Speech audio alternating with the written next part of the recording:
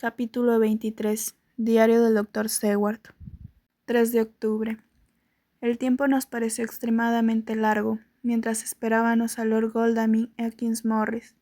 El profesor trataba de mantenernos distraídos, utilizando nuestras mentes sin descanso. Comprendí perfectamente cuál era el benéfico objetivo que perseguía con ello, por las miradas que lanzaba de vez en cuando a Harker. El pobre hombre está abrumado por una tristeza que da dolor. Anoche era un hombre franco, de aspecto alegre, de rostro joven y fuerte, lleno de energía y con el cabello de color castaño oscuro. Hoy parece un anciano macilento y enjuto, cuyo cabello blanco se adapta muy bien a sus ojos brillantes y profundamente hundidos en sus cuencas, y con sus rasgos faciales marcados por el dolor. Su energía permanece todavía intacta. En realidad, es como una llama viva. Eso puede ser todavía su salvación, puesto que si todo sale bien, le hará remontar el periodo de desesperación. Entonces, en cierto modo, volverá a despertar a las realidades de la vida. Pobre tipo, pensaba que mi propia desesperación y mis problemas eran suficientemente graves. Pero esto... El profesor lo comprende perfectamente y está haciendo todo lo que está en su mano por mantenerlo activo. Lo que estaba diciendo era, bajo las circunstancias, de un interés extraordinario. Estas fueron más o menos sus palabras. He estado estudiando de manera sistemática y repetida, desde que llegaron a mis manos, todos los documentos relativos a este monstruo, y cuanto más lo he examinado, tanto mayor me parece la necesidad de borrarlo de la faz de la tierra. En todos los papeles hay señales de su progreso, no solamente de su poder, sino también de su conocimiento de ello.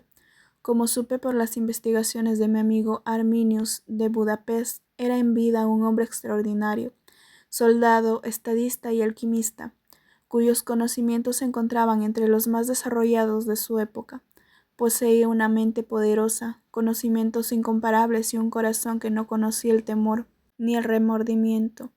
Se permitió incluso asistir a la escolomancia, y no hubo ninguna rama del saber de su tiempo que no hubiera ensayado. Bueno, en él los poderes mentales sobrevivieron a la muerte física, aunque parece que la memoria no es absolutamente completa. Respecto a algunas facultades mentales ha sido y es como un niño, pero está creciendo, y ciertas cosas que eran infantiles al principio son ahora de estatura de hombre. Está experimentando y lo está haciendo muy bien, y a no ser porque nos hemos cruzado en su camino, podría ser todavía o lo será si fracasamos, el padre o el continuador de seres de un nuevo orden, cuyos caminos conducen a través de la muerte, no de la vida. Harker gruñó y dijo: ¿Y todo eso va dirigido contra mi adorada esposa? Pero, ¿cómo está experimentando? ¿El conocimiento de eso puede ayudarnos a destruirlo? Desde su llegada, ha estado ensayando de sus poderes sin cesar, lenta y seguramente. Su gran cerebro infantil está trabajando, puesto que si se hubiera podido permitir ensayar ciertas cosas desde un principio, hace ya mucho tiempo que estarían dentro de sus poderes. Sin embargo, desea triunfar, y un hombre que tiene ante sí varios siglos de existencia puede permitirse esperar y actuar con lentitud. Festina lente puede ser muy bien su lema. No lo comprendo, dijo Harker cansadamente. Sea más explícito, por favor. Es posible que el sufrimiento y las preocupaciones estén oscureciendo mi entendimiento. El profesor le puso una mano en el hombro y le dijo: Muy bien, amigo mío, voy a ser más explícito. ¿No ve usted cómo últimamente ese monstruo ha adquirido conocimientos de manera experimental? Ha estado utilizando al paciente esófago para lograr entrar en la casa del amigo John. El vampiro, aunque después puede entrar tantas veces como lo desee, al principio solamente puede entrar en un edificio si alguno de los habitantes así se lo pide. Pero esos no son sus experimentos más importantes. ¿No vimos que al principio todas esas pesadas cajas de tierra fueron desplazadas por otros? No sabía entonces a qué atenerse, pero a continuación todo cambió. Durante todo este tiempo su cerebro infantil se ha estado desarrollando, y comenzó a pensar en si no podría mover las cajas él mismo. Por consiguiente, más tarde, cuando descubrió que no le era difícil hacerlo, trató de desplazarlas solo, sin ayuda de nadie. Así progresó y logró distribuir sus tumbas. de tal modo que solo él conoce ahora el lugar en donde se encuentran. Es posible que haya pensado en enterrar las cajas profundamente en el suelo de tal manera que solamente las utilice durante la noche o en los momentos en que puede cambiar de forma.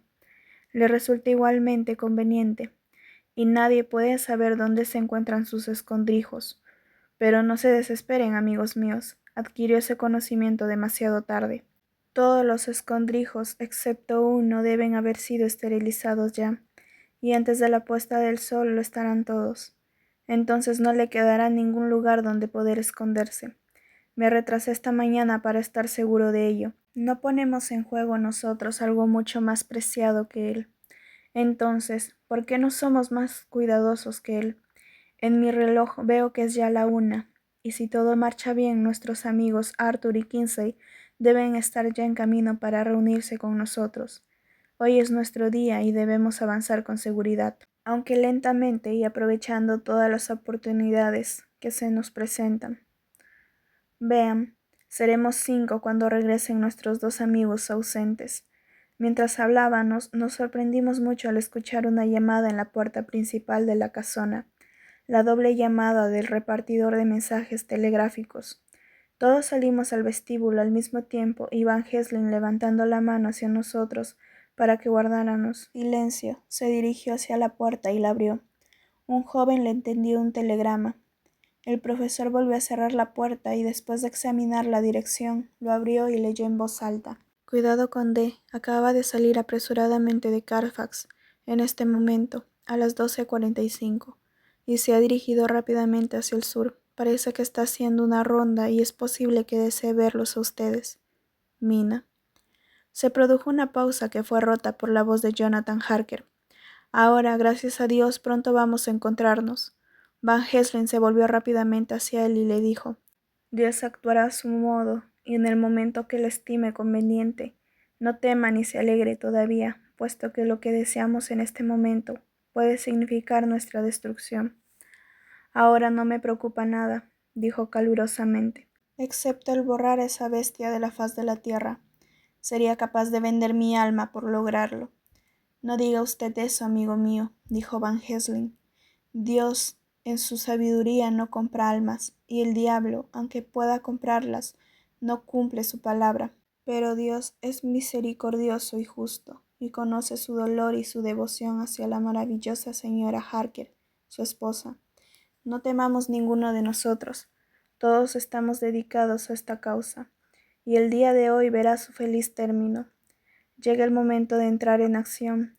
Hoy ese vampiro se encuentra limitado con los poderes humanos, y hasta la puesta del sol no puede cambiar. Tardará cierto tiempo en llegar. Es la 1:20 y deberá pasar un buen rato antes de que llegue. Lo que debemos esperar ahora es que Lord Arthur y Kinsey lleguen antes que él. Aproximadamente media hora después de que recibiéramos el telegrama de la señora Harker, oímos un golpe fuerte y resuelto en la puerta principal, similar al que darían cientos de caballos en cualquier puerta. Nos miramos y nos dirigimos hacia el vestíbulo. Todos estábamos preparados para usar todas las armas de que disponíamos, las espirituales en la mano izquierda y las materiales en la derecha. Van Helsing retiró el pestillo y, manteniendo la puerta entornada, dio un paso hacia atrás, con las 2 manos dispuestas para entrar en acción. La alegría de nuestros corazones debió reflejarse claramente en nuestros rostros cuando vimos cerca de la puerta a Lord Godalming y a Kingsmorris. Entraron rápidamente y cerraron la puerta tras ellos, y el último de ellos dijo, al tiempo que avanzábamos todos por el vestíbulo: Todo está arreglado, hemos encontrado a las 2 casas. Había 6 cajas en cada una de ellas, y las hemos destruido todas. ¿Las han destruido?, inquirió el profesor. Para él.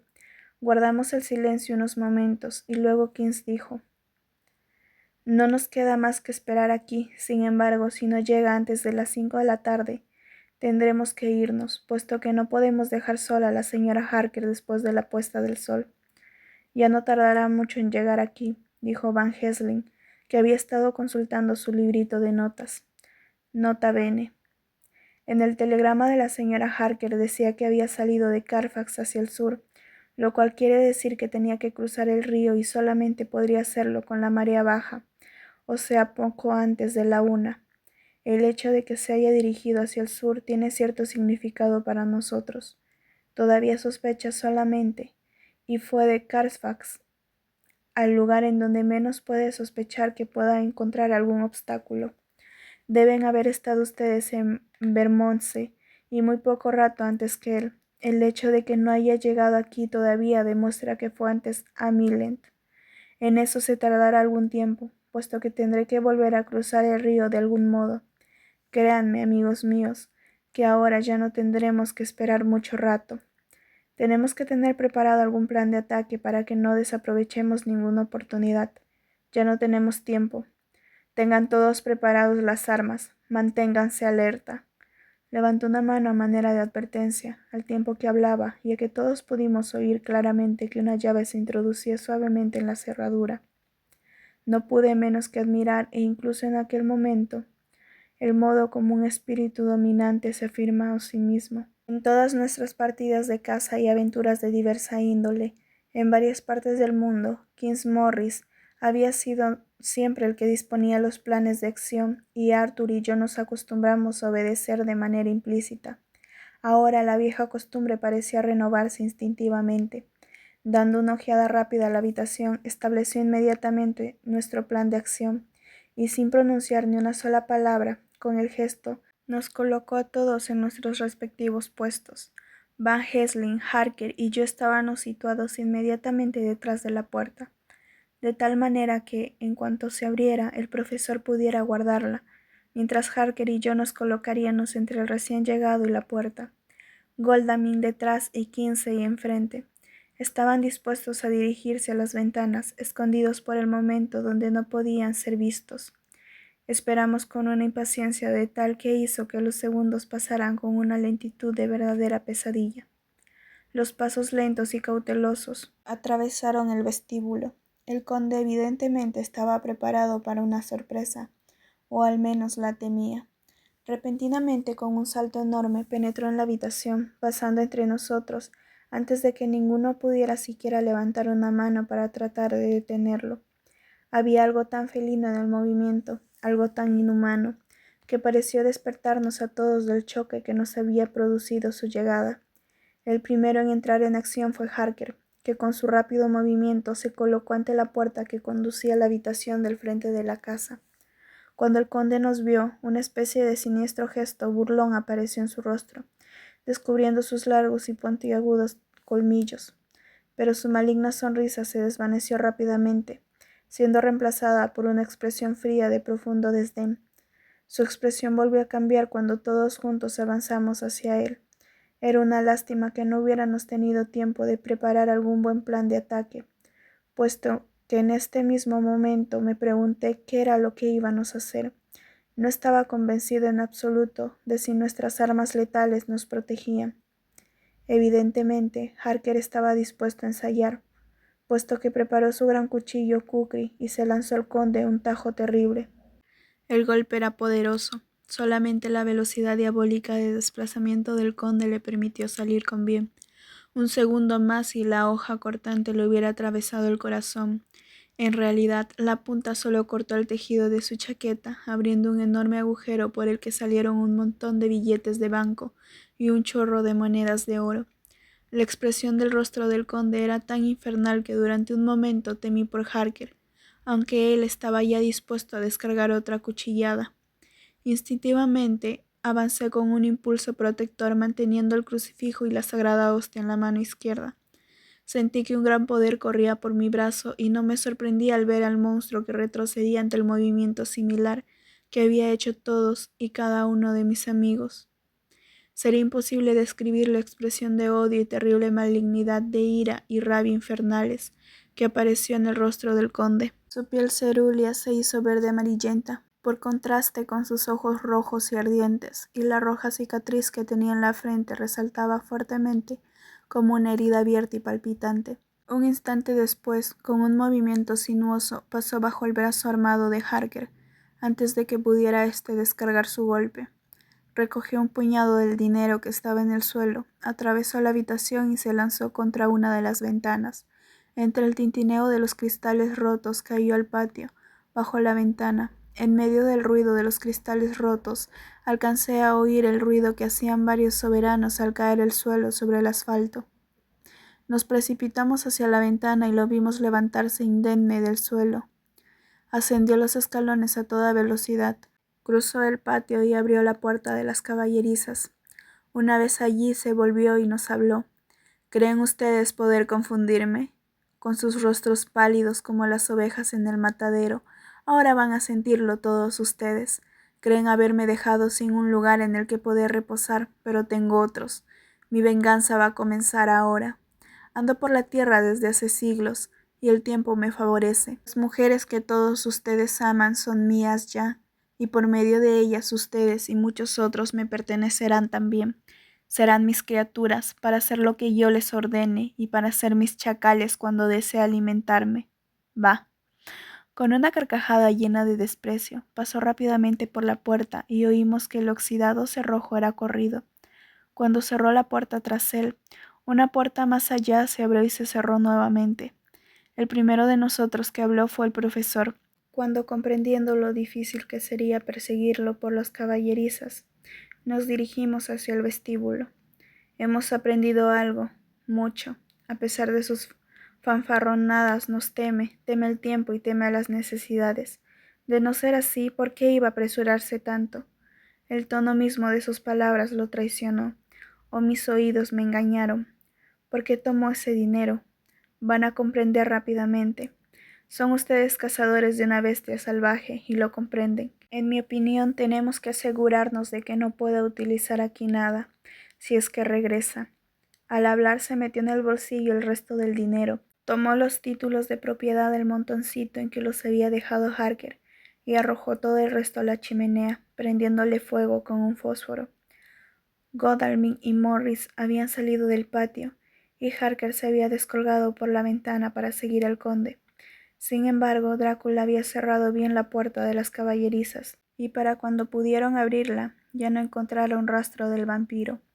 Van Helsing y yo tratamos de investigar un poco en la parte posterior de la casa, pero las caballerizas estaban desiertas y nadie lo había visto salir. La tarde estaba ya bastante avanzada y no faltaba ya mucho para la puesta del sol.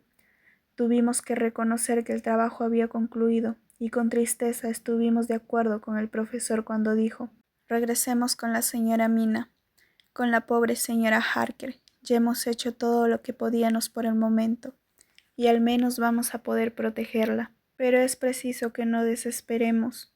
No le queda al vampiro más que una caja de tierra, y vamos a tratar de encontrarla.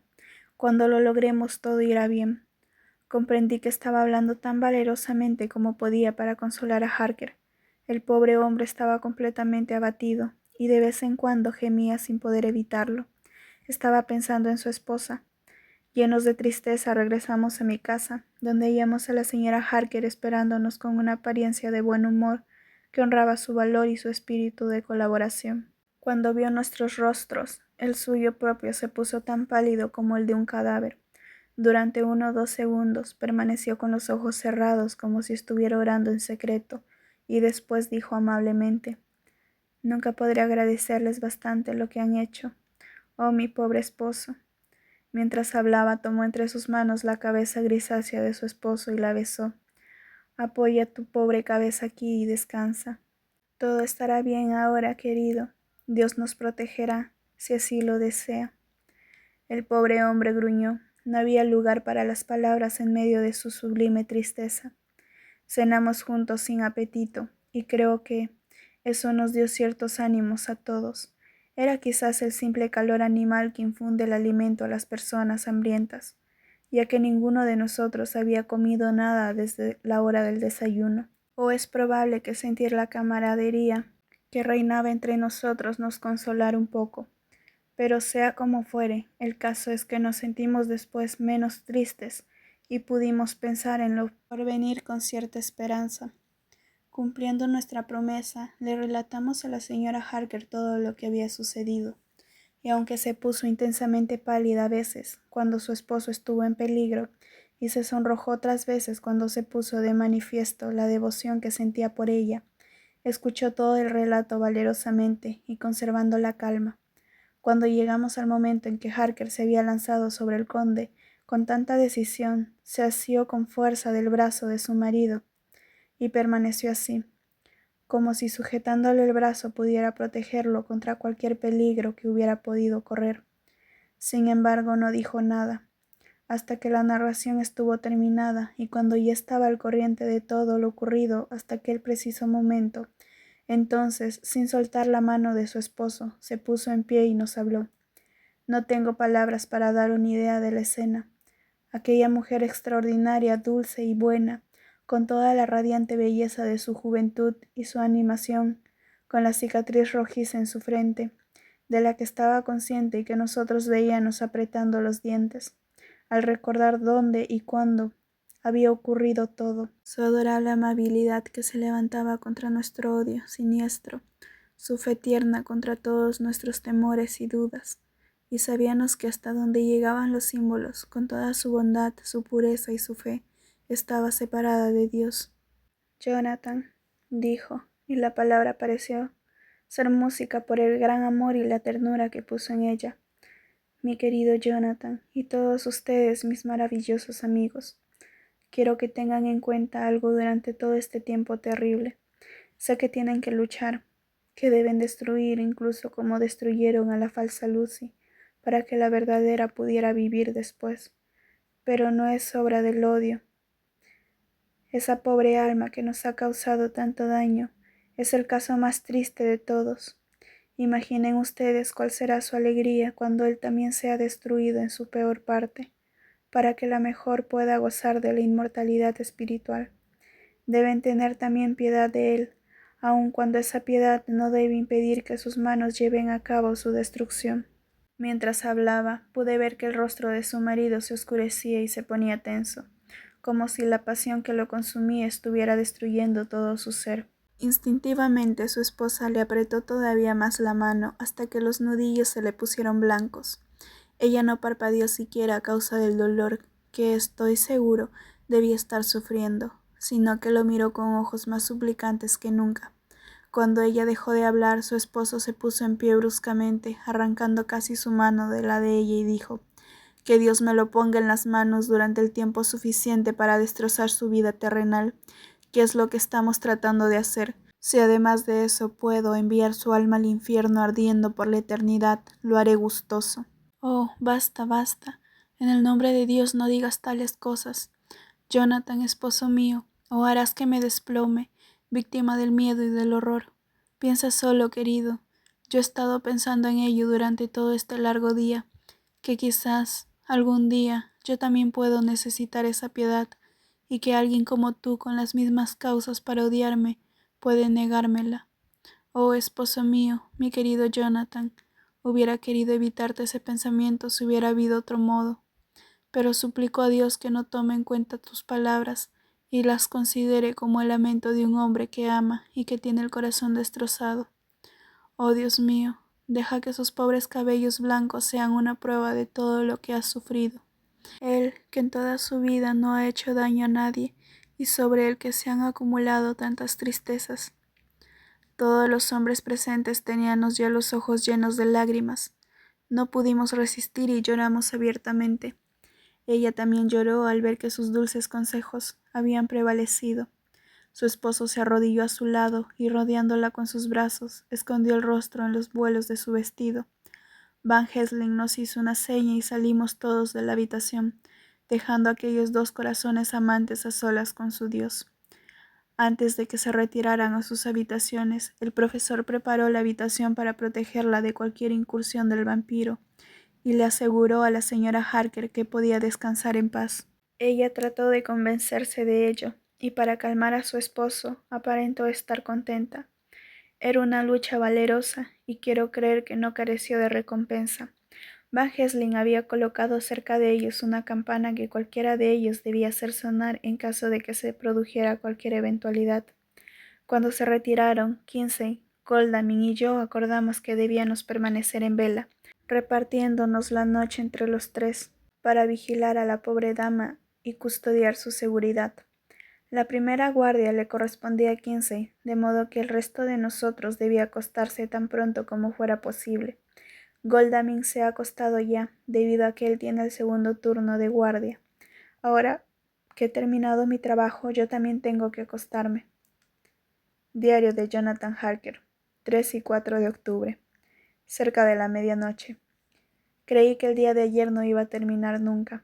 Tenía el deseo de dormirme, con la esperanza de que al despertar descubriría que las cosas habían cambiado, y que todos los cambios serían en adelante para mejor. Antes de separarnos, discutimos sobre cuál debería ser nuestro siguiente paso, pero no pudimos llegar a ningún resultado. Lo único que sabíamos era que quedaba todavía una caja de tierra, y que solamente el conde sabía dónde se encontraba. Si deseaba permanecer escondido, puede confundirnos durante años enteros, y mientras tanto, el pensamiento es demasiado horrible. No puedo permitirme pensar en ello en este momento. Lo que sí sé es que si alguna vez ha existido una mujer absolutamente perfecta, esa es mi adorada y herida esposa. La amo 1000 veces más por su dulce piedad de anoche, una piedad que hizo que incluso el odio que le tengo al monstruo pareciera despreciable. Estoy seguro de que Dios no permitirá que el mundo se empobrezca por la pérdida de una criatura semejante. Esa es una esperanza para mí. Nos estamos dirigiendo todos hacia los escollos, y la esperanza es la única ancla que me queda. Gracias a Dios, Mina estaba dormida, y no tiene pesadillas. Temo pensar en cuáles podrían ser sus pesadillas, con recuerdos tan terribles que pueden provocarlas. No he estado tan tranquila por cuanto he podido ver. Desde la puesta del sol, luego durante un momento se extendió en su rostro una calma tal que era como la primavera después de las tormentas de marzo. Pensé en ese momento de que debía tratarse del reflejo de la puesta del sol en su rostro, pero en cierto modo ahora sé que se trataba de algo mucho más profundo. No tengo sueño yo mismo, aunque estoy cansado, terriblemente cansado. Sin embargo, debo tratar de conciliar el sueño, ya que tengo que pensar en mañana y en que no podrá haber descanso para mí hasta que, más tarde, debo haberme quedado dormido, puesto que me ha despertado Mina, que estaba sentada en el lecho con una expresión llena de asombro en el rostro. Podía ver claramente, debido a que no habíamos dejado la habitación a oscuras. Mina me había puesto la mano sobre la boca y me susurró al oído: «Chist, hay alguien en el pasillo».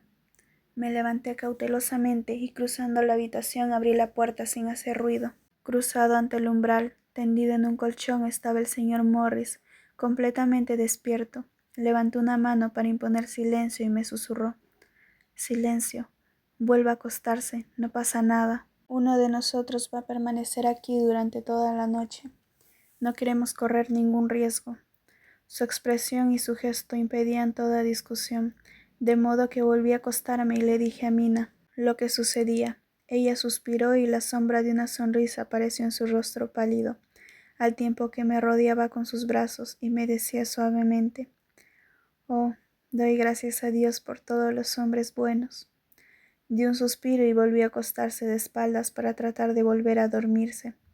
Escribo esto ahora porque no tengo sueño, aunque voy a tratar también de dormirme. 4 de octubre. Por la mañana. Mina me despertó otra vez en el transcurso de la noche. Esta vez habíamos dormido bien los dos, ya que las luces del amanecer iluminaban ya las ventanas débilmente, y la lamparita de gas era como un punto más que como un disco de luz. «Vete a buscar al profesor», me dijo apresuradamente. «Quiero verlo enseguida». «¿Por qué?», le pregunté. «Tengo una idea. Supongo que debe habérseme ocurrido durante la noche, y que ha madurado sin darme cuenta de ello. Debe hipnotizarme antes del amanecer, y entonces podré hablar. Date prisa, querido, ya no queda mucho tiempo». Me dirigí a la puerta y vi al doctor Seward, que estaba tendido sobre el colchón y que al verme se puso en pie de un salto. «¿Sucede algo malo?», me preguntó alarmado. «No», le respondí, «pero Mina desea ver al doctor Van Helsing inmediatamente». 2 o 3 minutos después, Van Helsing estaba en la habitación, en sus ropas de dormir, y el señor Morris y Lord Godalming estaban en la puerta, el doctor Seward, haciendo preguntas. Cuando el profesor vio a Mina, una sonrisa, una verdadera sonrisa, hizo que la ansiedad abandonara su rostro. Se frotó las manos y dijo: «Mi querida señora Mina, vaya cambio. Mire, Amigo Jonathan, hemos recuperado a nuestra querida señora Mina nuevamente, como antes. Luego se volvió hacia ella y le dijo amablemente: ¿Y qué puedo hacer por usted? Supongo que no me habrá llamado usted a esta hora por nada. Quiero que me hipnotice usted, dijo Mina. Hágalo antes del amanecer, ya que creo que entonces podré hablar libremente. Dese prisa, ya no nos queda mucho tiempo. Sin decir palabra, el profesor le indicó que tomara asiento en la cama. La miró fijamente y comenzó a hacer pases magnéticos frente a ella, desde la parte superior de la cabeza de mi esposa hacia abajo, con ambas manos repitiendo los movimientos varias veces. Mina lo miró fijamente durante unos minutos, durante los cuales mi corazón latía como un martillo pilón, debido a que sentía que iba a presentarse pronto alguna crisis. Gradualmente sus ojos se fueron cerrando y siguió sentada, absolutamente inmóvil. Solamente por la elevación de su pecho, el ritmo de su respiración, podía verse que estaba viva. El profesor hizo unos cuantos pases más y se detuvo. Entonces vi que tenía la frente cubierta de gruesas gotas de sudor. Mina abrió los ojos, pero no parecía ser la misma mujer. Había en sus ojos una expresión de vacío, como si su mirada estuviera perdida a lo lejos, y su voz tenía una tristeza infinita, que era nueva para mí. Levantando la mano para imponerme silencio, el profesor me hizo seña de que hiciera pasar a los demás. Entraron todos sobre la punta de los pies, cerrando la puerta tras ellos, y permanecieron en pie cerca de la cama, mirando atentamente. Mina no parecía verlos. El silencio fue interrumpido por el profesor Van Helsing, hablando en un tono muy bajo de voz para no interrumpir el curso de los pensamientos de mi esposa. ¿Dónde se encuentra usted? La respuesta fue dada en un tono absoluto, carente de inflexiones. No lo sé. El sueño no tiene ningún lugar que pueda considerar como real. Durante varios minutos reinó el silencio. Mina continuaba sentada rígidamente y el profesor la miraba fijamente. El resto de nosotros apenas nos atrevíamos a respirar. La habitación se estaba haciendo cada vez más clara. Sin apartar los ojos del rostro de Mina, el profesor me indicó con un gesto que corriera las cortinas, y el día pareció envolvernos a todos. Una raya rojiza apareció y una luz rosada se difundió por la habitación. En ese instante el profesor volvió a hablar. ¿Dónde está usted ahora? La respuesta fue de sonámbula, pero con intención. Era como si estuviera interpretando algo. La he oído emplear el mismo tono de voz cuando lee sus notas escritas en taquigrafía. No lo sé, es un lugar absolutamente desconocido para mí. ¿Qué ve usted? No veo nada, está todo oscuro. ¿Qué oye usted? Noté la tensión en la voz paciente del profesor. El ruido del agua. Se oye un ruido de resaca y de pequeñas olas que chocan. Puedo oírlas al exterior. Entonces, ¿está usted en un barco? Todos nos miramos unos a otros, tratando de comprender algo. Teníamos miedo de pensar. La respuesta llegó rápidamente. Oh, sí. ¿Qué otra cosa oye? Ruido de pasos de hombres que corren de un lado para otro. Oigo también el ruido de una cadena y un gran estrépito. Cuando el control del torno cae el trinquete. ¿Qué está usted haciendo? Estoy inmóvil, absolutamente inmóvil. Es algo como la muerte. La voz se apagó, convirtiéndose en un profundo suspiro, como de alguien que está dormido, y los ojos se le volvieron a cerrar. Pero esta vez el sol se había elevado, ya, y nos encontrábamos todos en plena luz del día.